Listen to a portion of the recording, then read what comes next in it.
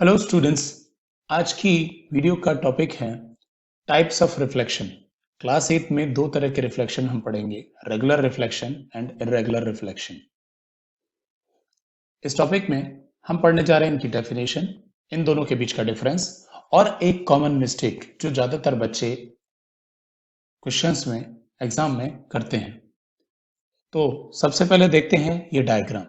अगर आपने इस डायग्राम को समझ लिया तो समझिए कि आपने ये तीनों वैरायटी के क्वेश्चन, डेफिनेशन, डिफरेंस और जो कॉमन मिस्टेक है, उसको आप अपने आप सॉल्व कर सकते हैं।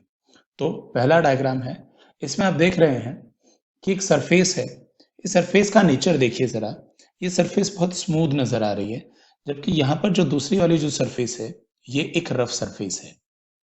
ठीक है, तो पहला पॉइंट आपके दिमाग में है कि सरफेस स्मूथ सरफेस है और एक दूसरी जो सरफेस है वो रफ सरफेस है। अब इसी रफ और स्मूथ सरफेस की वजह से जो रिफ्लेक्शन होता है उसमें दोनों में डिफरेंस आता है। यहाँ पर आप देख रहे हैं एक तरह का डिफरेंस है, जबकि यहाँ पर एक दूसरे तरह का रिफ्लेक्शन है। तो अब हमें इस फिनोमिना को या इस डिफरेंस को वर्ड्स में एक्सप्लेन करना है या डेफिनेशन बनाना है।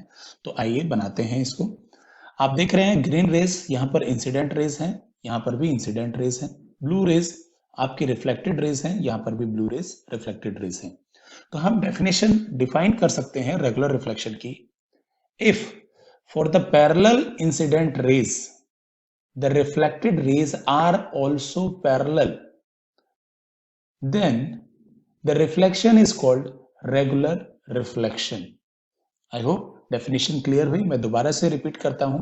If for the parallel incident rays the reflected rays are also parallel to each other, then the reflection is called regular reflection. अब इसी तरह से दूसरी डेफिनेशन डिफ्यूज रिफ्लेक्शन की हम लोग डिफाइन कर सकते हैं। If for the parallel incident raise the reflected rays are not parallel to each other or reflected rays are not parallel, then the reflection is called diffuse reflection. I hope दोनों ही definition clear हो गई होंगी। अब चलते हैं इन दोनों के difference के बारे में पढ़ते हैं। तो मैं दूसरी विंडो में डायग्राम ओपन कर लेता हूं ताकि आपको आसानी रहे, और इस विंडो में हम लोग देखेंगे कि क्या डिफरेंस आते हैं। तो हम दोनों ही विंडोज में रहेंगे। तो आप देख रहे हैं रेगुलर रिफ्लेक्शन की डेफिनेशन है हमारी कि ये डेफिनेशन हम ऑलरेडी डिस्कस कर चुके हैं। डिफरेंस देख लेते हैं। Regular reflection takes place on smooth surface. तो रेगुलर रिफ्लेक्शन यहाँ पर स्मूथ सरफेस पर हो रहा है। दूसरा, for parallel incident rays the reflected rays are also parallel. तो यहाँ पर भी हम देख सकते हैं for incident parallel rays reflected rays are also parallel. Now the third point is clear image is formed. देखिए यहाँ डायग्राम से आप नहीं समझ सकते कि कैसे क्लियर इमेज फॉर्म हो रही है, बट आप देख सकते हैं कि all the light rays are going in one direction. जब सारी लाइट रेज एक ही डायरेक्शन में जाएंगी तो ज्यादा क्लैरिटी वाली इमेज बनेगी, क्योंकि सारी लाइट रेज एक ही पॉइंट की तरफ जा रही हैं। अब हम बात करते हैं इरेगुलर रिफ्लेक्शन की। तो irregular reflection takes place on rough surface. आप देख पा रहे हैं यहाँ पर जो सरफेस है ये कैसी है, रफ सरफेस है।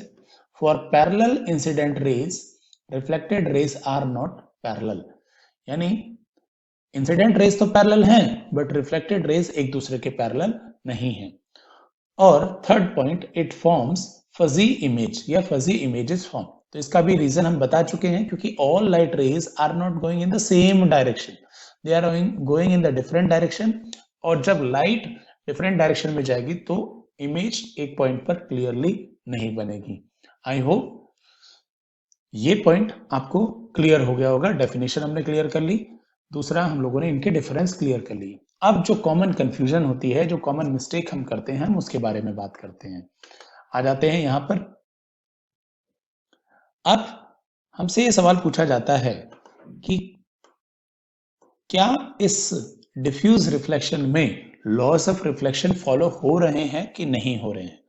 तो इसका आंसर होगा कि लॉ ऑफ रिफ्लेक्शन हमेशा फॉलो होते हैं।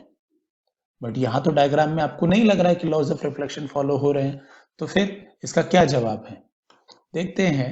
थोड़ा सा जूम कर लेते हैं। देखिए, ये लाइट रेस यहाँ पर पड़ रही है और ये इस डायरेक्शन में जा रही है। अब इसका कारण क्या है कि यहाँ पर जो सरफेस है वो रफ सरफेस है, तो इसका जो नॉर्मल है, इस पॉइंट का जो नॉर्मल है वो सीधा अप डायरेक्शन में नहीं है।